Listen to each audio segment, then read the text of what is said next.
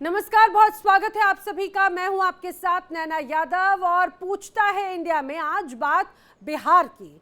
बिहार में विधानसभा चुनाव होने हैं, लेकिन चुनाव होने से पहले यहां पर सियासत के मैदान में जबरदस्त तनाव नजर आता है। एक तरफ तेजस्वी यादव की अगुवाई में महागठबंधन है, दूसरी तरफ है नीतीश की अगुवाई में एनडीए। अब चुनावी बिसात में शह और मात का खेल चल रहा है। हर गुजरते दिन के साथ में ये और भी ज्यादा बढ़ता नजर आता है। फिलहाल इस पूरे खेल में तेजस्वी यादव बैकफुट पर नजर आते हैं। क्यों? दरअसल इसकी वजह है वोटर कार्ड, और वो जिस वोटर लिस्ट को पहले से ही बिहार में एसआईआर पर सियासी संग्राम छिड़ा हुआ है, अब तेजस्वी के दो वोटर कार्ड होने का मामला गर्मा चुका है। चुनाव आयोग ने तेजस्वी यादव से एपीआईसी नंबर पर बाकायदा ब्यौरा भी मांगा है। आपको बता दें, तेजस्वी यादव ने आरोप लगाया था। तेजस्वी यादव 2 दिन पहले चुनाव आयोग पर गंभीर आरोप लगाते हुए नजर आए थे। उन्होंने कहा था कि वोटर लिस्ट ड्राफ्ट में उनका नाम ही नहीं है। वोटर लिस्ट में उन्होंने जैसे ही अपना ईपीआईसी नंबर डाला, लेकिन उसके बाद में एक अलग तस्वीर नजर आई। उन्होंने ईपीआईसी नंबर बदला भी, लेकिन ये कहा जाए वहां पर एक और ही सिचुएशन बन गई। वोटर कार्ड में उन्होंने कहा कि हमारा नंबर है ही नहीं। उन्होंने बाकायदा नंबर डाला RA B2916-120।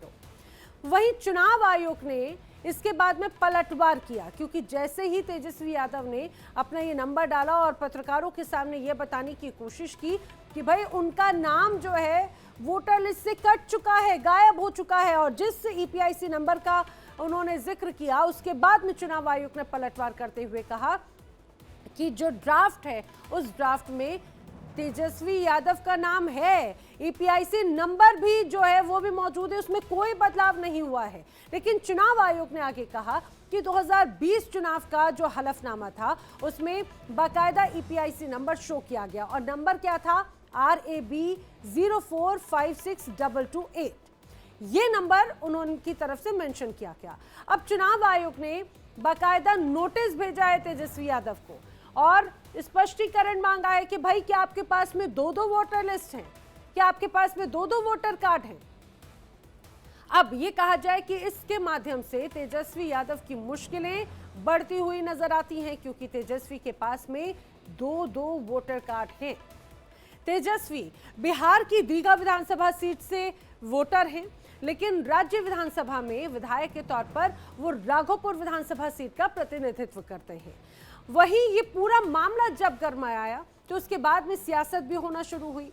अब एनडीए के नेता काफी आक्रामक नजर आते हैं। एनडीए के नेताओं ने कहा है कि तेजस्वी यादव के पास में भाई दो वोटर कार्ड हैं, उसके खिलाफ कार्रवाई होनी चाहिए। बीजेपी कहती है कि तेजस्वी के पास में 2 वोटर कार्ड आए तो आए कहां से?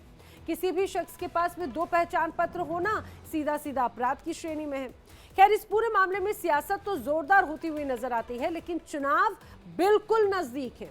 अब सवाल यही है कि वोटर कार्ड अगर दो हैं तो आखिर उसके बाद में मुश्किलें किस तरह से बढ़ती नजर आती हैं। कानून क्या कहता है इस पर, जरा वो भी समझिए। कानून के अनुसार भारत में एक व्यक्ति के पास में 2 वोटर कार्ड होना कानूनन अपराध है। ये जन प्रतिनिधित्व अधिनियम 1951 के तहत एक गंभीर उल्लंघन माना जाता है। 2 वोटर आईडी कार्ड रखने पर किसी भी व्यक्ति के खिलाफ कानूनी कार्रवाई की जा सकती है, जिसमें जुर्माना, जेल या फिर ये दोनों ही हो सकते हैं। वहीं इसके अलावा तेजस्वी यादव जैसे किसी नेता के चुनाव लड़ने की योग्यता को भी सीधा सीधा प्रभावित किया जा सकता है, सीधे सीधे ये प्रभावित हो सकता है। अपने आप में ये कहा जा सकता है कि मामला अब आने वाले वक्त में और गर्माता हुआ नजर आता है। इस पूरे मामले पर किस तरह से पॉलिटिकल रिएक्शंस हैं वो भी सुनिए। ये एप्लीकेशन है, मेरा भी नहीं है। हम चुनाव कैसे लड़ेंगे? अभी तो देखिए, ये चुनाव आयोग का एप्लीकेशन है और मेरा ईपीआईसी नंबर हमने इसमें डाला है। ईपीआईसी नंबर अगर आप चाहें तो हम बता भी दें। चुनाव लड़ने के लिए आपको बूथ वोटर बनना चाहिए, बिहार का वोटर होना चाहिए, तब जाकर के आप चुनाव लड़िएगा। बिल्कुल बिहार की जनता को धोखा दे रहे थे। दो इपिक नंबर और यह गुमराह करना और सफेद झूठ बोलना कितना बड़ा पाप है। और यह साबित हो चुका है कि वह सफेद झूठ बोलकर गुमराह कर रहे थे और चुनाव आयोग पर भी गलत आरोप लगा रहे थे। इलेक्शन कमीशन को कोई धंधा है? हैं? ये बीजेपी और मोदी जी ये लोग इतना कंफ्यूजन पैदा करते रहते हैं, तब तो कोई बात नहीं। मिस टोंग कहा जाता है ना कि बोलने के क्रम में कुछ चीजें हो, तो इलेक्शन कमीशन अलाउद्दीन के चिराग है, नोटिस भेज के कौन सी ये कर देंगे? हाँ? इलेक्शन कमीशन खुदे संदिग्ध कमीशन है। एक ये तो उनका खुद का गुनाह है और खुद उन्होंने अपना ईपिक कार्ड दिखाया। 2 ईपिक कार्ड रखना निश्चित रूप से गुनाह है। साथ ही साथ 2 पते पर है, वो है कौटिल्य नगर के पता पर है और दूसरा 10 नंबर या क्या दूसरे के पता पर है। तो अब ये चुनाव आयोग और उनके बीच का मामला है। हमारी उम्मीद है कि चूंकि प्रेस कॉन्फ्रेंस में तेजस्वी यादव ने खुद अपना ईपिक नंबर ये दिखाया, तो अपने बनाए हुए जाल में खुद उलझ गए। तो आपने ये प्रतिक्रियाएं सुनी। लगातार अब प्रतिक्रियाएं जो हैं वो अलग अलग मोर्चों से नजर आती हैं और कई जगहों पर तो ऐसा नजर आता है कि ये प्रतिक्रियाएं आने वाले वक्त में चुनाव की जो परिस्थिति है उसे दर्शाती हैं। इसीलिए पूछता है इंडिया कि क्या तेजस्वी यादव ने जो एपिक या APIC नंबर जो दर्शाया है, क्या वो झूठा था? इसके जरिए क्या वो झूठ फैलाया जा रहा है? सवाल ये भी खड़ा होता है कि क्या तेजस्वी यादव वोटर लिस्ट पर अब एक तरह से फंस चुके हैं? चुनाव आयोग ने बाकायदा नोटिस भेजा है। अब आगे क्या करेंगे तेजस्वी? ये बड़े सवाल हैं, क्योंकि जो नियम है वो नियम भी मैं आपको बता चुकी हूं कि सीधा सीधा 2 वोटर ID गैर कानूनी माने जाते हैं। मेरे साथ में खास मेहमानों का जो पैनल है, आइए जल्दी से आपको मिलवा देती हूं।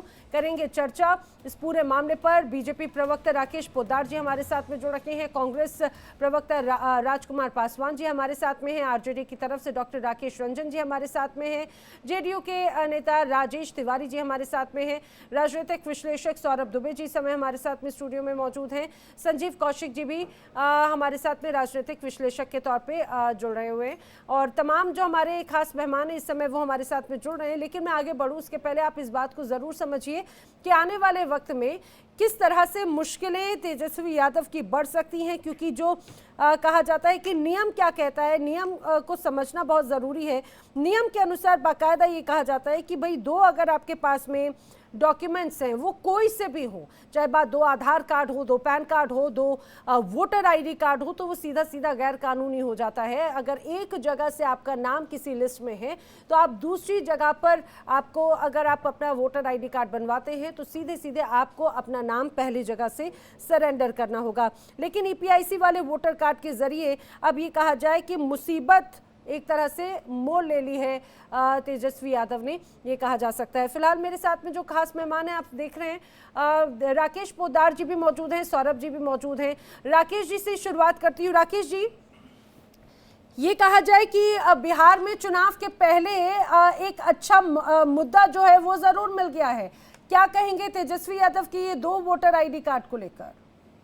नैना जी, मुद्दा तो बिहार में विकास का था और विकास के मुद्दे पे हमको चुनाव लड़ना था, लेकिन तेजस्वी प्रसाद यादव विपक्ष के नेता हैं, बिहार विधानसभा के विपक्ष के नेता हैं, अपने ही पाले में गोल कर लिए हैं। आपने फुटबॉल के खिलाड़ियों को देखा होगा किस प्रकार जो गेंद मारना चाहिए सामने वाले को, खुद अपने में ही मार लिए और गोल कर लिए। और मैं कहना चाहता हूं, जो ईपिक वो दिखा रहे थे मीडिया के साथियों के सामने, आप लोग के सामने, फर्जी दिखा रहे थे, जिनका नंबर था RAB 291612, ये फर्जी था। फर्जी आप लोग के सामने दिखा रहा था कि चुनाव आयोग का पर्दाफाश खोलने का काम कर रहा था, लेकिन उनका स्पष्ट रूप से RAB 0456221 है, जो क्रमांक संख्या 416 पे है। वेटनरी कॉलेज में उनका वोट गिरता है, बूथ नंबर 416 पर जाके वोट गिराने का काम करते हैं। ये कहीं ना कहीं बिहार की जनता को गुमराह करने की बात कही और मैं कहना चाहता हूं 2 वोटर आईडी कार्ड रखने का जुल्म है। Independent tension of peoples act के तहत 17 और 18 धारा में इनका कहीं ना कहीं मामला बनता है। और चुनाव आयोग एक मामला सामने और आया है, आपके चैनल के माध्यम से मैं एक और मामला आपके सामने खुलासा करने वाला हूं, जो आरा के सांसद सुदामा प्रसाद की पत्नी जो आरा से, उनका भी 2 वोटर आईडी कार्ड है। CPIML के सांसद हैं। ये कहीं ना कहीं बिहार की जनता को, देश की जनता को, चुनाव आयोग को या देश के सभी संवैधानिक संस्थाओं को बिल्कुल ये लोग तार करने की कोशिश करते हैं। और कहते क्या थे कि वोटर आईडी कार्ड में से नाम किसी दलित का काटा जा रहा है, किसी गरीब का काटा जा रहा है, किसी अल्पसंख्यक का काटा जा रहा है। अरे भैया, आपने तो 2 बनाया, और आपके जो सांसद हैं उनकी पत्नी का भी 2 वोटर आईडी कार्ड है। और तेजस्वी प्रसाद एक नया मॉडल लेकर आए हैं, राहुल गांधी जी एक नया मॉडल लेकर आए हैं। खुद अपराध करते हैं और देश के संवैधानिक संस्थाओं को दोषी ठहराते हैं। अरे भैया, कब तक चलेगा इस देश में ऐसे? कब तक करते रहेंगे? मैं पूछना चाहता हूं भारतीय जनता पार्टी के प्रवक्ता होने के नाते, तेजस्वी यादव कानून से ऊपर है क्या? बताने की जरूरत करे राष्ट्रीय जनता दल के प्रवक्ता यहाँ पे। ठीक है, ठीक है। क्या यह आपराधिक मामला नहीं बनता है? 420, 468 का फर्जीवाड़ा नहीं बनता है? ठीक है। और एटम बम की बात कर रहे थे राहुल गांधी जी, यही एटम बम था ना आपका? यही फुसकी बम था क्या? पाकिस्तान वाला जो फुसक ना फट जाता था। तेजस्वी प्रसाद यादव का एटम बम निकल गया। राहुल गांधी जी अब सदन में बोले तेजस्वी प्रसाद यादव का चुनाव आयोग ने एटम बम निकाल दिया, डीएम साहब ने निकाल दिया, पटना के डीएम साहब ने। मैं कहना चाहता हूँ तेजस्वी, ठीक है, मैं अन्य गेस्ट का भी रुख कर लेती हूँ। यही जवाब जो है राजकुमार पासवान जी से ले लेते हैं। राजकुमार पासवान जी, बड़ी बात कह रहे हैं राकेश पोद्दार जी कि भाई एक तरफ राहुल गांधी या विपक्ष के नेता कह रहे थे कि एक बड़ा एटम बम है, उसके बाद में देखिए तस्वीर तो अब उल्टी एक तरह से नजर आ रही है। आपको लग रहा है सेल्फ गोल कर बैठे हैं क्या तेजस्वी यादव?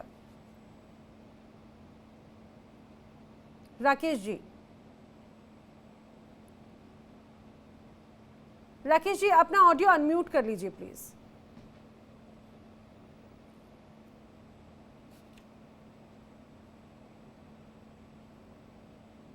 राकेश जी का ऑडियो नहीं आ रहा है, उनसे दोबारा मैं कनेक्ट करती हूँ। राकेश जी को मैं दोबारा कनेक्ट करती हूँ, राजकुमार जी को दोबारा कनेक्ट करती हूँ, उनका ऑडियो नहीं आ रहा है। लेकिन अपने आप में ये तस्वीर ऐसा नज़र आती है कि शायद सेल्फ गोल कर बैठे हैं। राजेश तिवारी जी का रुख कर लेती हूँ, क्योंकि अभी जब जिस तरह से इलेक्शन है, नज़दीक है, अलग अलग मुद्दे नज़र आते हैं। राजेश जी, अच्छा, राजेश जी भी हैं और राकेश रंजन जी भी हमारे साथ में स्क्रीन पे आपको नज़र आ रहे हैं। राकेश रंजन जी, स्वागत है आपका भी। आप ही से मैं चाह रही थी शुरुआत करती डिबेट की, लेकिन देखिए यहाँ पर भी देरी हो गई है। ये कहा जा रहा है कि भाई तेजस्वी यादव सेल्फ गोल कर बैठे हैं। अब 2 वोटर आईडी के जरिए सीधे निशाना जो है वो साधा जा रहा है विपक्ष की तरफ से भी, और अब तो चुनाव आयोग ने नोटिस भी जारी कर दिया है। जी, आपके पैनल में बैठे सारे साथियों को मेरा नमस्कार।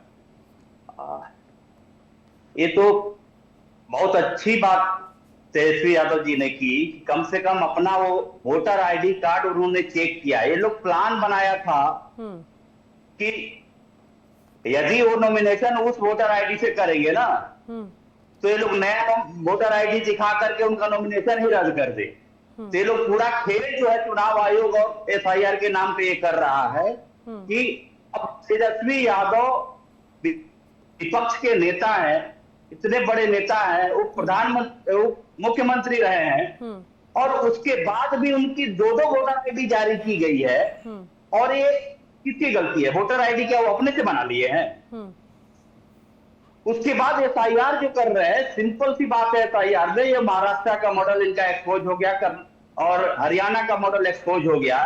तब ये नया FIR का मॉडल लेकर के आए हैं और वो कह रहे हैं कि 1 महीना में हम कर लेंगे, और 65 लाख लोगों का नाम एक अट रहे हैं, उसका डिटेल भी नहीं दे रहे हैं। किसी के कौन लोग मृतक है, तो किन लोगों का नाम वोटर लिस्ट से हटाए गए हैं, कौन लोग कहाँ हैं, और कुछ कह रहे हैं। लेकिन राकेश जी, बाकायदा चुनाव आयोग ने तो ये बाकायदा जानकारी भी दी कि जो 2020 का जो हलफनामा था उसमें EPIC नंबर जो जारी किया गया था या फिर जो पेश किया गया था, वो तो नाम है ऑलरेडी लिस्ट में। तेजस्वी यादव ने जो नंबर डाला वो कोई दूसरा है, इसीलिए आरोप लग रहे हैं कि भाई क्या ये फर्जी वोटर कार्ड बनवाया हुआ है क्या? वो तो किसने बनाया है? चुनाव आयोग ही न बनाया होगा। किसी के, ये सरकार की एजेंसी और चुनाव आयोग ही न बनाती है। और उन्हीं का नहीं, बहुत सारे आईडी होंगे, बहुत सारे ऐसे बनाया गया होगा। तो ये तो बहुत अच्छा उन्होंने किया कि कम से कम इन लोग का जो प्लान था कि यदि उस वोटर आईडी से यदि ये नॉमिनेशन करते हैं तो इनका दूसरा वोटर आईडी दिखा करके उनका नॉमिनेशन ही रद्द कर दे। मतलब ये कहा जाए कि चुनाव आयोग ने जो बॉल आपकी तरफ फेंकी, आप वही अब चुनाव आयोग की तरफ फेंकने की कोशिश कर रहे हैं। ये बॉल फेंकने और एक की बात नहीं, बात सच्चाई के लिए कि ये लोग जो कर रहे हैं, जो एसआईआर के नाम पे जो धांधली कर रहे हैं, ये पूरे शोषित और दलित अल्पसंख्यक मजदूरों का ये वोट काटने का जो इनका जो पूरा प्लान है, उसको हम लोग बार बार ये कह रहे हैं। सौरभ जी आपको डिबेट में मैं ला रही हूँ, ये एसआईआर का काम क्या दलित और या पिछड़ी जातियों के वोटर्स को काटने का है, या जो फर्जीवाड़ा जो हो रहा है, या फिर जिनके पास 2-2 वोटर आईडी कार्ड हैं उनको हटाने को लेकर है? आपको लग रहा है क्योंकि अब तो आरजेडी की तरफ से फिर से जो गोल है, ये कहा जाए बॉल जो है वो फेंक दी गई है चुनाव आयोग की तरफ? देखिए नैना जी, मुझे लगता है कि जो अभी वर्तमान में गतिविधियां चल रही हैं राजनीतिक पार्टियों की, मुझे लगता है कहीं ना कहीं जो बाबा साहब भीमराव अंबेडकर जी ने संविधान इस देश के लिए बनाया था, उस संविधान के मूल आचरण के खिलाफ काम किया जा रहा है। उस संविधान की मूल भावना के खिलाफ जो है कुछ राजनीतिक पार्टियों के बड़े नेता काम कर रहे हैं। एक तो पहला उदाहरण जिस पे हम लोग आज चर्चा कर रहे हैं, आदरणीय तेजस्वी यादव जी, जो आरजेडी के सुप्रीमो हैं, सब कुछ सर्वे सर्वा है, जो दूसरी ईपेक आईडी बना करके जिनके ऊपर आरोप लग रहा है कि आपने गुमराह करने की कोशिश की। और दूसरा नाम आदरणीय राहुल गांधी जी, जो लगातार जो है जो संवैधानिक संस्थाओं के लोगों को धमकियां दे रहे हैं कि मेरी सरकार आने दो, उसके बाद चुनाव आयोग के जितने अधिकारी हैं मैं उनको रिटायर होने के बाद भी उनसे निपट लूंगा। और तीसरा जो है उत्तर प्रदेश के अंदर पीडीए की बात करके जिस प्रकार से ए से अखिलेश यादव और डी से डिम्पल यादव उत्तर प्रदेश के अंदर पढ़ाया जा रहा है। अब आ जाते हैं बिहार पे। देखिए बिहार में जो आरोप लग रहा है, अभी जैसे आरजेडी के प्रवक्ता कह रहे थे, ये नहीं लग रहा है कि एपिक आईडी बनी कैसे, ये आरोप लग रहा है कि क्या उन्होंने 2 मतदाता पत्र बनवा रखे थे, क्या उन्होंने 2 आईडी बनवा रखी थी। जो हलफनामे में वो आईडी देते हैं और 2020 के हलफनामे में है जी, वो तो अभी भी वर्तमान में है उनकी। वो चुनाव आयोग ने उसी के आधार पर उस दिन उनको दिखाया कि भैया आपका ये नाम है, आपके पिताजी का नाम लालू प्रसाद यादव, मकान नंबर 210, ये बूथ है फलाना ठिकाना, वो 2020 के अंदर भी था, आज वर्तमान में भी है। लेकिन ये जो दूसरी उन्होंने डाली है, ये बड़े जांच का विषय बन गया। अब इनके ऊपर अब आरोप ये लग रहा है कि क्या आप इतने बड़े लोकतांत्रिक देश के अंदर, क्या आप इस तरह का कोई काम कर रहे थे कि आप 2 जगह से अपना मताधिकार का प्रयोग कर रहे थे? अगर कर रहे थे तो ये निश्चित तौर पर कानूनन अपराध है, और इस पर जो कार्रवाई का कानून कहता है वो बड़ी लंबी चौड़ी है, फिर उसके लिए आपको तैयार रहना पड़ेगा। देखिए मुझे लगता है नैना जी कि हड़बड़ी में कहीं इनसे गड़बड़ी हो गई है। ये जो हड़बड़ी में बुला करके प्रेस कॉन्फ्रेंस कि भाई जो अगर दो वोटर आईडी कार्ड बने, वो बनाए तो चुनाव आयोग नहीं है, चुनाव आयोग को सोचना चाहिए था। उनके कैसे 2 वोटर आईडी कार्ड बन गए? क्या इस तरह का चेक नहीं किया गया? ये राकेश जी कह रहे हैं। नहीं, मैं उसी राकेश जी की बात कह रहा हूं ना कि ठीक है, उनके अगर बनाएगा तो चुनाव आयोग ही, लेकिन चुनाव आयोग ने बनाया तो ये जो दूसरा एपिक नंबर जो दे रहे हैं, वो नंबर कब जनरेट हुआ था ये देखना पड़ेगा। क्योंकि भैया उनके पिताजी जब से सत्ता में विरासत में थे, तब क्या चुनाव आयोग किस प्रकार से काम करता था, क्या जो है चुनाव की स्थिति होती थी, किस प्रकार से बूथ कैप्चरिंग होती थी, एक आदमियों के कितने वोटर आईडी बनी होती थी, वही तो काम कर रहे हैं चुनाव आयोग, जिस पर आपत्ति हो रही है। आज एसआईआर का विरोध वही लोग कर रहे हैं जो ये कह रहे हैं कि भैया ये चुनाव आयोग का काम है, तो चुनाव आयोग का काम चुनाव आयोग को करने दीजिए। चुनाव आयोग यही तो कर रहा है कि जो 16 लाख मृत लोग हैं, जिनकी फर्जी आईडी बनी थी, जो वोट दे रहे थे वो भी तो फर्जी थी, उनको हटाने का काम किया। जो 65 लाख टोटल मिलाकर के अवैध मतदाता जो उन्होंने हटाई, ये चुनाव आयोग का ही तो काम है। अब चुनाव आयोग जब एक लीगल आईडी, उस चुनाव आयोग को पता है कि आदरणीय तेजस्वी यादव जी की लीगल आईडी है, तो ये जो इलीगल आईडी है जिसको प्रेस कॉन्फ्रेंस में यूज किया गया, ये सवालों के घेरे में है और जांच का विषय है। और इसमें खुल करके आना चाहिए कि ये बनाया तो कब बना, चुनाव आयोग के निर्देश पर बना, और तेजस्वी यादव जी ने क्या गलत हलफनामे दिए इसके लिए, क्या उन्होंने दो जगह से अपना मताधिकार का प्रयोग करने के लिए अलग अलग जो है दस्तावेजों का प्रयोग किया।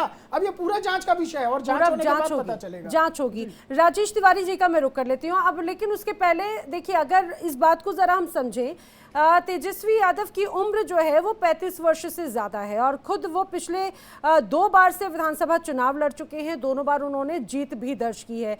महत्वपूर्ण बात ये हो जाती है, इसके पहले लगातार जब से 18 वर्ष के वो हुए तब से उन्होंने वोटिंग भी की होगी, जाहिर सी बात है। विधानसभा, लोकसभा, जो तमाम जो क्षेत्रीय चुनाव होते हैं उसमें भी उन्होंने वोट डाले होंगे।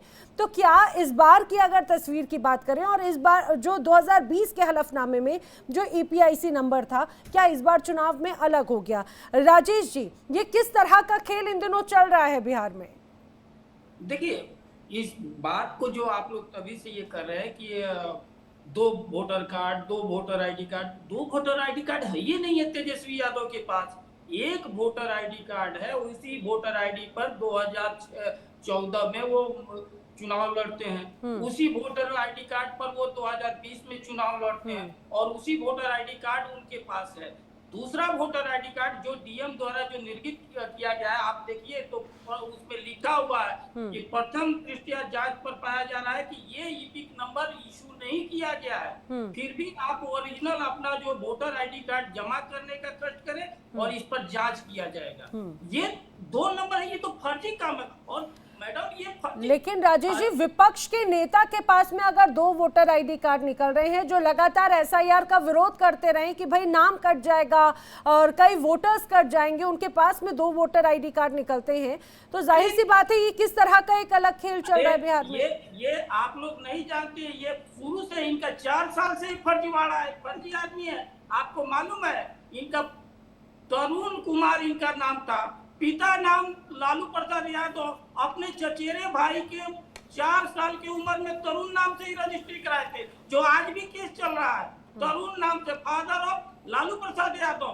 तो उस समय ये फर्जी, बाद में फिर जब नाम उजागर हुआ तब कह रहे हाँ हमारा ही बचपन के नाम है और उसी नाम से जमीन रजिस्ट्री कराए। ये फर्जीवाड़ा पूरा फर्जी। हकीकत क्या है कि ये जिस तरह से भारत का संविधान, बाबा साहब का संविधान के आड़ में जिस तरह से अपना ये परिवारवाद और जिस तरह से भ्रष्टाचार फैलाने का ये गड्ढा हुआ, ये तो सोचे भी नहीं किए थे कि इस तरह का आपका गेम उल्टा पड़ जाएगा। और नहीं तो बताइए, वीडियो लगा करके पूरा देश भर के मीडिया बुला के ऑन स्क्रीन EPIC नंबर डाला जा रहा है और कह रहे अब हम कैसे चुनाव लड़ेंगे। ये दर्शा रहा है कि किस तरह का मानसिकता है। हमें दुर्भाग्य है कि देश का आज बिहार में एक ऐसा प्रतिपक्ष के नेता बैठा है जिसको फर्जीवाड़े को, जिसका नासमझी को पूरा देश देख रहा है। और इस तरह से एक संवैधानिक संस्था, आज अभी की एक चैनल पर थे हम, तो ऐसे ऐसे प्रवक्ता चुनाव आयोग के लेकर के शब्द बोल रहे थे, ऐसे ऐसे बोला। अरे आपको भी बाबा साहब का, अम्बेडकर का संविधान आपको भी अधिकार देता है, उसको भी अधिकार देता है, तो इसका मतलब क्या ऐसे ऐसे शब्दों का उच्चारण किया जाएगा,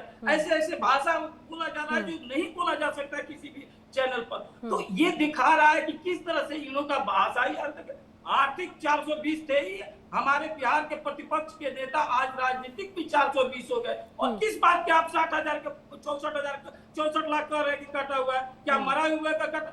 आप 64 लाख छोड़ दीजिए, आप 50 लाख छोड़ दीजिए, 1 लाख छोड़ दीजिए, 1,00,000 भी लोगों को तो कम से कम जुटाइए जो जिंदा हो, जिसको चुनाव आयोग कर रहा है मर गया, आप जुटाइए। तो आपने 92,000 मैडम बिहार में बूथ है, 92,000 ये PLA बनाए हुए हैं, पंजाब के चुनाव आयोग को दिए हुए हैं। वो लोग तो लिख करके देख कि हमारे गांव में, हमारे बूथ पर इतना लोग मर गए हैं और ये जीवित दर्शाया जा रहा है। प्रूफ तो दे, सिर्फ आप प्रेस कॉन्फ्रेंस करके और ये दर्शा रहा है कि आप हार चुके, आप जिस तरह से। और जैसे हमारे भाई साहब कहे, आरा वाला जो CPM MLA के, वो CPM MLA madam supreme court में FIR दर्ज किए हुए, उन पर सुनवाई हो रहा कि SIR नहीं होना चाहिए। सुप्रीम कोर्ट, यही तो बात है संजीव कौशिक जी, राजेश तिवारी जी भी यही बात कह रहे हैं कि भाई SIR का विरोध तो वही लोग कर रहे थे जिनका नाम कटने का जिन्हें डर था। और तेजस्वी यादव ने प्रेस कॉन्फ्रेंस करके जो EPIC नंबर जो शो किया है, आपको वही लग रहा है क्या कि यहाँ पे भी वो सेल्फ गोल कर बैठे हैं क्या? 2020 का हलफनामा या उस समय का एपिक नंबर इस बार कैसे चेंज हो गया? ना दो बातें हैं, विपक्ष की दो चिंताएं हैं। पहली चिंता तो ये है कि एसआईआर के बहाने क्या बहुत बड़े तादाद में मतदाताओं का नाम काटा जा रहा है। तो आंकड़े ये बताते हैं तकरीबन 65 लाख मतदाताओं के नाम अभी तक सूची से गायब है, जिसके बारे में ये कहा जा रहा है कि 7 से 8% ये मतदाता हैं जो बिहार के चुनाव को प्रभावित करने के लिए काफी है। अब दूसरा एक महत्वपूर्ण पहलू ये भी है कि आखिर विपक्षी पार्टियां ही क्यों इसके लिए इतना चिंतित है और सत्ता पक्ष के लोग इतने क्यों जय जयकार कर रहे हैं, उनके सेहत पर कोई फर्क नहीं पड़ रहा है। तो ये बेहद महत्वपूर्ण है कि आखिर सत्ता पक्ष क्यों चुप है, वो कह रहा है कि ठीक है, और विपक्षी पार्टियां क्यों कह रही है कि ठीक नहीं है। जाहिर सी बात है कि एक बड़ा वर्ग इस बात को मानने को तैयार नहीं है कि आप किसी भी बहाने किसी भी दलित, वंचित या ऐसे लोग जो लोग यहाँ नहीं है या ऐसे लोग जिन लोगों के पास पेपर नहीं है, उनके वोट आप नहीं काटे। क्योंकि अभी तक के वक्त में हमने भी बचपन से अभी तक देखा है कि इलेक्शन कमीशन का काम होता था कि एक भी वोटर छूटे ना, अभियान चला के वो जो भी व्यस्त मतदाता हो जाता था उसका नाम जोड़ा जाता था और इलेक्शन में उसकी भागीदारी होती थी। अब दो बातें हैं, तेजस्वी यादव के साथ ये खेल हो रहा है या सामने दिखाई दे रहा है कि उनके पास 2 वोटर आईडी कार्ड है। जाहिर सी बात है कि यदि उनके पास 2 वोटर आईडी कार्ड है, इलेक्शन कमीशन ने उनको दिया है, उनसे ताकीद की है, पूछा है उनसे और उनको नोटिस दिया है, अब उसको उस पर जवाब देना होगा। यदि 2 वोटर आईडी कार्ड सचमुच में होगा तो उसके सजा के वो हकदार होंगे, जैसे चाहेगा इलेक्शन कमीशन करेगा। लेकिन हमने पूर्व में भी इससे देखा है कि देश के प्रधानमंत्री ने गलत हलफनामा दिया है। देश के प्रधानमंत्री ने मुख्यमंत्री रहते हुए 2-3 बार रहते हुए अपने पत्नी का कोई ब्यौरा नहीं देते हैं, चौथी बार प्रधानमंत्री जी होते हैं तो भी कोई ब्यौरा नहीं देते हैं, और 5वीं बार में कहते हैं कि आप मेरी एक पत्नी भी है। तो वो गलत हलफनामा देने के बाद में भी इलेक्शन कमीशन किस तरह का रवैया अख्तियार करता है, ये भी बेहद दिलचस्प होगा कि इस पर कितना हार्ड एक्शन लेता है और इससे पहले कितना हार्ड एक्शन वो ले पाया है। इससे आगे यदि हम बढ़ते हैं तो जो इलेक्शन कमीशन है वो प्रश्न चिन्ह के घेरे में क्यों है। बेगूसराय में जो आदरणीय गिरिराज सिंह जी है, जिस औरत के घर में जाकर के उसके 13वीं में वो श्राद्ध का भोज खा के आते हैं, उस औरत का नाम इलेक्शन कमीशन में अभी जुड़ा हुआ है। लगभग 18 ऐसे लोग हैं जो मृत हैं। संजीव कौशिक जी, एक तो यही तो बात कही गई है कि ये तो जो ड्राफ्ट, ये जो मसौदा पेश किया गया है, जिन लोगों के नाम काटे गए हैं, अगर वो मौजूद हैं, उन्हें लगता है तो जाए, वो ठीक कर रहे हैं। राजकुमार पासवान जी कुछ रिएक्ट करना चाह रहे हैं, माफ कीजिए, राजेश जी कुछ रिएक्ट करना चाह रहे हैं। नहीं, मेरी बात अधूरी रह गई, मेरी बात अधूरी रह गई। मैं सिर्फ ये कह रहा हूँ कि यदि मृत व्यक्ति का या मृत किसी औरत का या मर्द का नाम यदि जोड़ा गया तो उसके अगेंस्ट कौन खड़ा होगा, क्यों जुड़ गया, क्या ये पूरी प्रक्रिया साफ सुथरी है? यदि किसी का नाम कट गया या किसी का नाम ऐड हो गया तो किस प्रक्रिया के तहत? इसमें इतनी सारी धांधलियां हैं जिसके लिए विपक्ष लगातार चिंतित है और इसी पर यही चिंता है जो बेहद महत्वपूर्ण है। इस चिंता को इलेक्शन कमीशन का फर्ज बनता है कि ये विपक्ष की धारणाओं को खारिज करे और कैसे उसे संतुष्ट करे, जबकि इलेक्शन कमीशन लगातार एक पक्ष के जैसे पेश आ रहा है। धांधली होने की बात कह रहे हैं। सौरभ जी भी रिएक्ट करना चाह रहे हैं, 2 मिनट। राजेश जी का रुक कर लेती हूँ जल्दी से। राजेश जी। जी, का बात बोले, सबसे बड़ी बात है कि निर्वाचन आयोग का जो नॉमिनेशन किया जाता था, नॉमिनेशन में पहले लोग कॉलम छोड़ देते थे और 2013 में ये निर्वाचन आयोग बनाया कि कोई भी कॉलम नहीं छूटना चाहिए। तब प्रधानमंत्री तब उसमें भरे हुए हैं, इसके पहले वो कॉलम छोड़ देते, तो ये गुमराह करने वाली बात नहीं है, ये बहुत लोग छोड़ देता था। और दूसरी बात ये जो कह रहे हैं, जो बेगूसराय का उदाहरण दिए हैं, आपको ये जानते 1 अगस्त से 1 सितंबर तक जिसका नाम छूट जा रहा है या कोई आपत्ति हो रहा है या कोई ऐसा दिक्कत हो रहा है तो आप आपत्ति करके उसको हटवा सकते हैं। तो इस पर अभी आपको ऐसा तो नहीं है कि फाइनल रिजल्ट दे दिया है, तो इस तरह का आप सवाल उठा रहे हैं तो कहाँ से जाएगा? अभी तो सुधार करने का जो भी त्रुटि हुआ उसमें सुधार कर दिया जा रहा है। अगर जो फाइनल रिजल्ट हो जाएगा तब आप कहिएगा कि नहीं ये आपका इलेक्शन कमीशन का गलती है। सौरभ जी। देखिए नैना जी, एसआईआर के आदेश पर 25 जून 2025 को गणना शुरू हुई और गणना शुरू होने के बाद 243 विधानसभा क्षेत्रों के लगभग 90,700 कुछ बूथों पर जो है वहाँ पर जनगणना का काम, ये इसका गणना का काम पूरा हुआ। और गणना के काम पूरा होने के बाद 1 जुलाई को इसको सौंप दिया गया सभी राजनीतिक पार्टियों के जो वहाँ पर प्रतिनिधित्व कर रहे थे, क्योंकि उसके अंदर लगभग 12 राजनीतिक पार्टियों के जिला अध्यक्षों को बुलाया गया था और उनसे जो बूथ के नाम मांगे गए थे, बूथ वहाँ पर जो अध्यक्ष होते हैं वो लगभग 1 लाख 1.25 लाख से ऊपर के वो थे, तो उनको सौंप दिया गया। राजकुमार जी का डाटा सौंप दिया गया। अब देखिए 1 तारीख के बाद चुनाव आयोग ने कहा कि जिनको आपत्ति है वो आए। तो कांग्रेस बुलाती क्यों है? जिनको आपत्ति है वो आए और यहाँ पर अपनी आपत्ति दर्ज कराएं। दुर्भाग्य की बात यह है कि वहां आपत्ति वहां ना दर्ज करा के, चुनाव आयोग के पास न करा के, मीडिया पे आपत्ति दर्ज कराई जा रही है, प्रेस कॉन्फ्रेंस कर बुला करके आपत्ति दर्ज कराई जा रही है, टीवी चैनल पर जो हमारे राजनीतिक विश्लेषक साहब बैठे हैं संजीव भाई, वो आपत्ति दर्ज करा रहे हैं, आरजेडी के दर्ज करा रहे हैं और बार बार कह रहे हैं इतने लोग का वोट छीन लिया गया। भाई वो अवैध मत थे, अवैध लोग थे जो वोटिंग कर रहे थे, उनको हटाया गया है। जिस प्रकार से 16 लाख जो अवैध मतदाता थे जिनकी मृत्यु हो चुकी है, तो संजीव जी क्या ये कहना चाहते हैं कि वो जीवित लोग हैं? अगर जीवित लोग हैं तो चुनाव आयोग ने कहा तो, और डंके की चोट पे चैलेंज किया कि आप मात्र 5 लोग के नाम ऐसे लेकर के आइए जिनके जो है उसमें छेड़छाड़ हुई हो या उनका जो है वो निरस्त कर दिया गया हो, उनको जो है वो लिस्ट से हटा दिया गया हो। लेकिन दुर्भाग्य की बात है कि पूरा विपक्ष, इतनी बड़ी कांग्रेस पार्टी, आरजेडी पार्टी, इतने बड़े हमारे राजनीतिक विश्लेषक साहब जो दिल्ली में बैठे हैं, बिहार से रहते हैं, उनके पास मात्र 5 लोगों के नाम नहीं है पूरे बिहार से मिलाकर के 243 विधानसभा क्षेत्र से, कि वो 5 लोगों के लिए आपत्ति दर्ज करा सके चुनाव आयोग के पास। इसलिए कहीं ना कहीं ये लगता है कि ये जो विपक्ष की पार्टियां हैं ये लगातार एसआईआर के नाम पे या तो चुनाव से पहले ही उनकी हार की हताशा से परेशान है और उस हार की हताशा में ये लगातार जो है वो इस तरह के आरोप लगा रही हैं जो सीधा सीधा चुनाव आयोग के ऊपर लग रहा है, जबकि चुनाव आयोग इनको जो है बराबरी से कह रहा है कि आप सबूत ला करके दीजिए, अगर होगा हम अपनी गलती भी मानेंगे, हम उस पर कार्रवाई भी करेंगे। मुझे तो लगता है कि संजीव कौशिक जी को, मैं तो ये तो पढ़े लिखे व्यक्ति हैं, कम से कम 5 नाम तो होंगे आपके पास जो बिहार के निवासी और उनका वोट कट गया हो तो ले जाकर के दीजिए। टीवी चैनल पे बोलना आसान है, लेकिन जो एक बुलाया जा रहा है चुनाव आयोग, वहां पर आप अपनी आपत्ति रजिस्टर्ड नहीं करा पा रहे। मैं राजकुमार जी का रुख करूं, लेकिन राकेश रंजन जी आपकी बात पे रिएक्ट करें। मुझे लग रहा है शायद उनके पास नाम है, आप जिन 5 नामों का जिक्र कर रहे हैं। राकेश जी ना जी, सौरभ जी जो बोल रहे हैं ना जी, वो फैक्चुअली थोड़ा बोलिए उनको कि थोड़ा सही भी बोले। आप ये डिटेल दीजिएगा ना 65 लाख लोगों में से किनका नाम कटा है, क्या एड्रेस है, क्या एड्रेस नहीं है, और आप बताइए ना कि परमानेंटली शिफ्ट करने का डेफिनेशन क्या है, कौन परमानेंटली शिफ्ट किया है, क्या उससे पत्राचार हुआ है? प्रधानमंत्री जी 11 साल से दिल्ली में रह रहे हैं और अभी वोटर वो गुजरात के हैं, तो नागरिकता तो देश की है ना। और राकेश रंजन जी थोड़ा दुरुस्त यहाँ पर करें हम। राकेश रंजन जी, मुझे लगता है सौरभ जी जरा दुरुस्त करने की जरूरत है। चुनाव लड़ने का क्या क्राइटेरिया होता है? आप देश के बाशिंदे हो, लेकिन वो ये नहीं कहा जाता कि आपके पास में 2 वोटर आईडी कार्ड हो।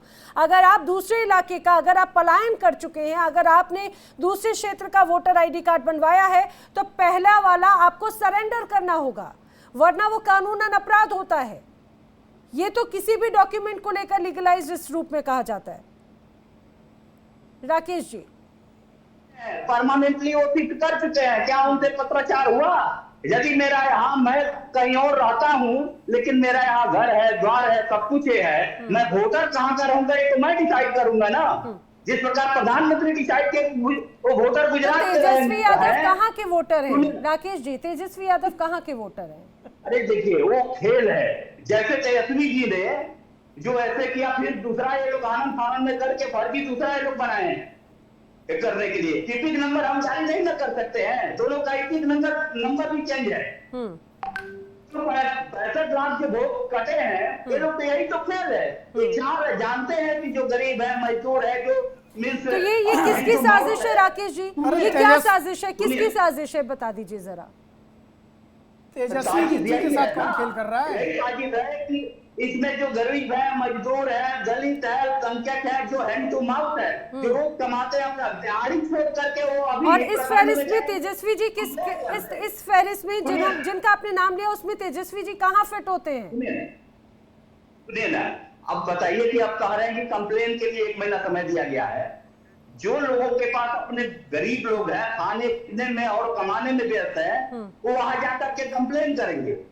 क्या कानून क्या कहता है? आर्टिकल 326 क्या कहता है? अरे भाई, जब उनका कटा ही नहीं तो कंप्लेन कहां से करेंगे? कंप्लेन पहले तेजस्वी यादव जी जाके करें, पहले तो तेजस्वी यादव जी जाएं और कंप्लेन करें। कम से कम वो इतने बड़े ओहदे पर हैं, वो तो अपना दुरुस्त करवा सकते हैं। राकेश पोद्दार जी तो बड़ा आरोप लगा रहे हैं। राकेश रंजन जी कह रहे हैं भाई ये तो सीधे सीधे बीजेपी की साजिश है, नाम काटने की कोशिश है। ने कौन कंप्लेन करने जाएगा? राकेश पोद्दार जी। और जो कंप्लेन करने जाएगा, सुनिए, ये इलेक्शन कमीशन का काम है। आप संविधान पढ़िए और आरटीआई पढ़िए, नहीं तो बीजेपी का प्रवक्ता बन करके बैठिए। अरे फिर बीजेपी के प्रवक्ता की बात कर दी आपने, प्रवक्ता बैठे हैं, जवाब देंगे। जी जी जी राकेश जी। नैना जी, खाता ना वही, लालू प्रसाद तेजस्वी प्रसाद जो बोले वही सही। इनका गुमराह करना काम है। इन्होंने देश के अंदर चाहे राहुल गांधी हो, चाहे बिहार के अंदर तेजस्वी प्रसाद यादव हो, बिहार में गुमराह कर रहे हैं। इन्होंने कहा एसआईआर का समय नहीं था। अब इनको बताइए, एसआईआर का समय आज नहीं, 4-5 वर्ष पहले से ही एसआईआर के माध्यम से मतदाता सूची को तैयार किया जाता है। चाहे अभी जितने भी देश के अंदर चुनाव हुए, विधानसभा के चुनाव हुए, अभी तो 5 उपचुनाव भी हुए देश के अंदर, जहां भारतीय जनता पार्टी ने हारा है, वो भी एसआईआर के माध्यम से हुआ। तेलंगाना में अगर चुनाव होता है, वहां चुनाव जीते तो बहुत अच्छी बात है। हिमाचल में चुनाव जीते तो एसआईआर अच्छी बात है। हरियाणा में चुनाव हार जाते तो कहते हैं एसआईआर खराब है। उसके बाद मैं कहना चाहता हूँ, एसआईआर के माध्यम से जब इनको चुनाव आयोग ने बुलाया था, 2 जुलाई को क्यों नहीं गए, सबूत लेके क्यों नहीं गए? उसके बाद 9 जुलाई को बिहार के अंदर धरना प्रदर्शन किया। उसके बाद सुप्रीम कोर्ट इनको 10 तारीख को बुलाया था। सुप्रीम कोर्ट गए, सुप्रीम कोर्ट ने कहा, पूछा इनसे क्या जरूरत है आपको बताइए। इन्होंने बताया याचिका के माध्यम से कि आधार कार्ड, राशन कार्ड नहीं लिया जाता है, सिर्फ 11 प्रमाण पत्र लिए जाते। सुप्रीम कोर्ट ने आदेश कर दिया कि ले लो, आधार कार्ड भी ले लो, राशन कार्ड भी ले लो। जो कहता है विपक्ष उसकी बात मानो चुनाव आयोग को। चुनाव आयोग ने उसको भी लेने का काम किया। लेकिन देश के अंदर गुमराही बार बार ये लोग करते हैं। मैं कहना चाहता हूँ, लालू प्रसाद क्या चाहते हैं? बिहार के अंदर 1990 और 2005 के बीच में जो कहते थे मतदाताओं को और मत पेटी को कहते थे, जीन निकलेगा लालू का, यानी फोकस वोट गिराते थे। तेजस्वी प्रसाद यादव जी के पिताजी लालू जी, जितने भी इनके परिवार के लोग हैं, लालू प्रसाद यादव ले लीजिए, तेजस्वी लीजिए, राबड़ी लीजिए, मिसा लीजिए, सब लोग भ्रष्टाचारी लोग हैं। भारतीय जनता पार्टी नहीं कह रहा है। कौन कह रहा है? कोर्ट कह रहा है। पटियाला कोर्ट से भ्रष्टाचार में लिख पाएंगे जी का भी ऑडियो करना। जी। मैं एक और बात कहना चाहता हूं, बिहार के अंदर ये बार बार कहते हैं ना, कभी कहते हैं साहबुद्दीन साहब अमर रहे, कभी कहेंगे कि बुरा बाल साफ करो। इनके जो प्रदेश अध्यक्ष हैं बंगीलाल मंडल जी, और कार्यकारिणी की बैठक होती है राष्ट्रीय जनता दल की, उसमें प्रस्ताव लाते हैं। लेकिन राकेश पोद्दार जी, ये विपक्ष की नाराजगी रही है एसआईआर को लेकर। लगातार ये कहा जाता रहा है कि भाई इसी बात का तो डर था कि जो लोग ऑलरेडी बाशिंदे हैं प्रदेश के, उनका नाम कट जाएगा और ये एक अलग तरह से वोट बैंक की राजनीति का एक केंद्र बन जाएगा। यही तो शिकायत रही है और एक तरह से उसका उदाहरण जो है वो तेजस्वी यादव ने पेश भी कर दिया। तेजस्वी प्रसाद यादव ने उदाहरण जो किया, अभी दिल्ली के अंदर जब नाम जोड़े जा रहे थे, मतदाता सूची को तैयार किए जाते थे, अरविंद केजरीवाल जी कहते नाम जोड़े जा रहे हैं, बिहार में कहते नाम काटे जा रहे हैं। अरे भैया, कोई बात तो ऑथेंटिक बोलिए, जिस बात में महत्व हो। आप विपक्ष के नेता राकेश रंजन जी आपकी बात पे रिएक्ट कर रहे, सुन लेते हैं, फिर मैं बाकी गेस्ट को करती हूँ। 10 सेकेंड। पहली बात मैं ये कहना चाह रहा हूँ कि आप जितने भी डिलीशन किए हैं, लेकिन एडिशन कहाँ किए हैं? पहली बात। दूसरी बात कि यदि आधार फर्जी बन सकता है, राशन कार्ड फर्जी बन सकता है, ईपिक नंबर फर्जी बन सकता है, तो आप जितने 11 दस्तावेज किए हैं, बताइए उसने गारंटी के साथ कि कौन ऐसा दस्तावेज है जो फर्जी नहीं बन सकता है। तो अगर सारे क्या ये वाले डॉक्यूमेंट फर्जी बने क्या? फर्जी वाला को फर्जी दिखेगा। कौन ऐसे दस्तावेज है जो फर्जी नहीं बन सकता है और उसको नहीं माना गया? फर्जी बन सकता है तो क्या राजेश जी रिएक्ट कर रहे हैं। राजेश जी ठीक है, फिर मैं संजीव जी का भी रुख करती हूँ। राजेश जी कुछ कहना चाह रहे हैं राकेश रंजन जी को। मैं चाहता हूँ कि तेजस्वी यादव का शादी कब हुआ या वो हरियाणा से कब आकर के उनका तो नाम जुट गया है। तेजस्वी यादव का पति का नाम कटा है, वो तो जुड़ा हुआ है, तो फिर आप कैसे कह रहे हैं कि नाम नहीं जुड़ा है? और नाम आप उससे जितने लोग का बना हुआ है बना। अरे तेजस्वी यादव का ऐसे निकम्मा है कि वो अपना जो सबसे ज्यादा उम्र में बड़े हो गए हैं और उसके बाद देखिए शब्दों की नहीं राजेश जी शब्दों की मर्यादा के साथ में। यदि शब्दों का इस्तेमाल कीजिएगा तो मैं राजेश जी शब्दों की मर्यादा प्लीज शब्दों के। आप शब्दों का ये बताइए कि जिस तरह का एज में तो आप शर्म नहीं आ रही आपको? आप घोटाला करके उसके बाद यहाँ पर इंतकाल कर रहे देखिए, हैं। शब्दों की मर्यादा प्लीज प्लीज प्लीज, आप सभी सम्माननीय हैं। चलिए ठीक है। संजीव कौशिक जी, संजीव जी, अगर इस तरह के कोई मामले सामने आते हैं, हम अक्सर देखते हैं जब भी दो वोटर कार्ड की अगर बात होती है तो उस व्यक्ति को जिम्मेदार माना जाता है। एक तरह से कहा जाता है कि भाई उसने धोखाधड़ी की, उसने 420 की और उस पर एक्शन हो। तो क्या तेजस्वी यादव, जो कि खुद एक प्रतिनिधि हैं, खुद आरजेडी के सीनियर लीडर हैं, विपक्ष के नेता हैं, क्या उनके खिलाफ भी कोई एक्शन होता हुआ नजर आएगा आने वाले वक्त में? क्योंकि कहा जाता है भाई जुर्माना, जेल दोनों का ही प्रावधान है। मैंने कहा कि यदि तेजस्वी यादव ने कोई गलती की है तो निश्चित तौर पे उनको सजा मिलेगी और सरकार कानून उसके लिए जो प्रावधान है तय है उसके हिसाब से कानून उनके लिए सजा मुकर्रर करेगी। लेकिन मेरे मित्र अभी सौरभ भाई ने हमें चैलेंज किया है कि आप 5 लोगों का नाम बता दीजिए। सौरभ भाई यदि सामने स्क्रीन पर होते तो मैं उनको बताता कि 5 सौरभ जी को लेकर आइए भाई, संजीव जी और सौरभ जी। डेट के साथ सौरभ भाई हम आपको बता रहे हैं, आपने हमें चैलेंज किया। शांति देवी 2012 में इनकी मृत्यु हो गई, वोटर लिस्ट में नाम ऐड हुआ है। कृष्णा देवी 2014 में इनकी मृत्यु हो गई, वोटर लिस्ट में इनका नाम ऐड किया गया है। चक्रधर सिंह 2018 में इनकी मौत हो गई, वोटर लिस्ट में इनका नाम ऐड किया है। अजय कुमार 2018 में इनकी मौत हो गई, वोटर लिस्ट में इनका नाम ऐड किया गया है। प्रेम कुमार सिंह 2023 में इनकी मृत्यु हो गई, वोटर लिस्ट में इनका नाम ऐड किया गया है। आपने 5 कहा, 5 ही मैंने गिनाया। अब संजीव, अब सुन लीजिए, अब सुन लीजिए, अब सुन लीजिए। 5 नाम आपने गिनाए ना? अरे भाई आपने पूछा, हम जवाब नहीं, मैंने क्या पूछा, आपने जवाब नहीं दिया ना। वो मैंने आपको चैलेंज किया था, ये 5 नाम मुझे नहीं देने हैं, चुनाव आयोग को दीजिए जो मांग रहा है आपसे, जिन्होंने एक महीने का समय दिया है। चुनाव आयोग अपने दफ्तर में इंतजार कर रहा है महाराज, आप जाइए इन लोगों का डिटेल लेकर के और चुनाव आयोग को दे दीजिए। सारा भाई मैं जो कह रहा हूँ कम से कम देश की जनता को सुनने दीजिए। ये मरे हुए लोग हैं, इनके बारे में हमें क्या जरूरत है कि जाकर चुनाव आयोग से लड़ने जाए? चुनाव आयोग की गलती है, चुनाव आयोग से दुरुस्त करे। हमने तो उनकी गलतियों को पकड़ के हिंदुस्तान के लोगों के सामने रख दिया कि ये चुनाव आयोग के काम करने के तरीके हैं। और ऐसे बिना परीक्षण के कैसे मान लिया जाएगा संजीव भाई के मरे हुए लोग हैं? कैसे मान लिया जाए मरे हुए लोग हैं? आपने पप्पू, ननकू, गमचू कुछ नाम ले दिया, कैसे मान ले हम कि मरे हुए लोग हैं भाई?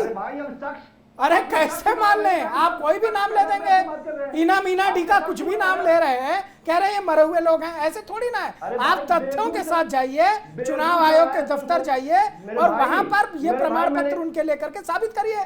चुनाव आयोग तो स्वीकार कर, भाई साहब आप रातों रात छा जाएंगे। पूरी कांग्रेस पार्टी, पूरी आरजेडी आपको सलाखों पे बैठाएगी कि एक व्यक्ति जो पूरी पार्टी नहीं कर पाई, दिल्ली में बैठे हुए संजीव कौशिक जी ने वो कर दिया।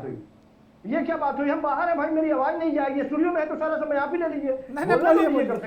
बोलिए संजीव जी, आपकी आवाज बहुत बुलंद है और पूरी जनता, पूरा भारत सुन रहा है। देश की जनता ये बात समझे तो सही, जो हम प्रश्न चिन्ह खड़ा कर रहे हैं उस प्रश्न चिन्ह के उदाहरण हमारे सामने हैं। ये मरे हुए लोग हैं, इनके किस तरफ से कौन से व्यक्ति जाएंगे इनका नाम काटने के लिए? आप नाम बाकी जिंदा के लिए काट देंगे, वो सारे लोग आएंगे, घबराइए नहीं। जितने लोगों के नाम कटेंगे वो सड़कों पे होंगे और विपक्ष के साथ खड़े होंगे। ये जाति नहीं चलेगी, ये बहुत भारी पड़ने वाला है सत्ता पक्ष के लिए। आप इस बात को मान के चलिए कि जिस भी व्यक्ति के घर का एक भी वोटर यदि नाम कटेगा, एक भी व्यक्ति का नाम कटेगा, वो छोड़ेगा नहीं सरकार को। तो इतना आसानी से पीछे छूटने वाला नहीं है। ये जो धांधली करने की कोशिश की जा रही है, ये ऐसे नहीं चलेगा। मैं सिर्फ यही कह रहा हूं कि यदि तेजस्वी यादव के बहाने आप छुपने का प्रयास कर रहे हैं तो तेजस्वी यादव के पास यदि 2 वोटर आईडी कार्ड है तो प्रश्न ये भी खड़ा होता है कि 20 साल से बिहार में भारतीय जनता पार्टी और जदयू की सरकार है, केंद्र में 11 साल से भारतीय जनता पार्टी की सरकार है। ये इलेक्शन कमीशन कर क्या रहा था? इलेक्शन कमीशन अभी तक उसको पता नहीं चल पा रहा था। ये कहने में कोई बुराई नहीं है कि इलेक्शन कमीशन का फेल्योर है। ये स्वीकार क्यों नहीं कर रहे आप? इस बात को मानने के लिए तैयार नहीं। विपक्षी पार्टियों से लगातार सवाल पूछ रहे हैं आप। राजेश जी भी कुछ कहना चाह रहे हैं। सौरभ जी, क्या ये इलेक्शन कमीशन का फेल्यूर है या फिर इसे एक राजनीतिक रूप देने की कोशिश की जा रही है? आ रही हूँ राकेश जी, आपका भी रुक कर रहे हो। सौरभ जी देखिए, मैं अगर ये बना करके ला दिए हैं तो कहिएगा कि यही है। तेजस्वी यादव जमीन लिखा लिए हैं, उसको भी कहिएगा कि 20 साल से सरकार कैसे वो जमीन लिखा लिए हैं। जितना बालू माफिया से, शिक्षा माफिया से संबंध है और वो टैक्स ले रहे हैं, वो भी कहिएगा कि हमारा ही है। अरे कहाँ से आप ही लगता है कि एकदम तेजस्वी यादव के प्रवक्ता बन के उन्हीं आपके बात कर रहे हैं। अरे सच्चाई है कि बिहार की जनता नकार चुकी है और इसी हताशा में इस तरह का जो कदम उठाया। लेकिन राजेश जी, अब तो संजीव जी सवाल पूछ रहे कि भाई संजीव जी सवाल करें कि ये चुनाव आयोग का फेल्यूर नहीं तो क्या ये आपको फेल्यूर नजर आ रहा है या कोई दूसरा पॉलिटिकल स्ट्रैटेजी नजर आती है? फिर मैं सौरभ जी का रुख कर रही हूँ। क्या ये राजनीतिक साजिश है क्या कोई विपक्ष के खिलाफ, ऐसा नजर आ रहा है क्या सौरभ जी? देखिए मैं बार बार कह रहा हूं कि ये जो अभी जो 5 नाम जैसे इन्होंने गिनाए, ठीक है, अब मैं कह दूं मैं इस भारत में जो है कैबिनेट सेक्रेटरी में हूं, तो कैबिनेट सेक्रेटरी मेरे कहने से तो मान नहीं लेंगे भाई, मुझे अपना प्रूफ दिखाना पड़ेगा। ये जो 5 नाम आप दे रहे हैं, देखिए नियम और कायदे और कानून को समझिए। आप पता नहीं क्यों तेजस्वी यादव जी की पार्टी के समर्थन में आप भी नियम कानून भूल गए।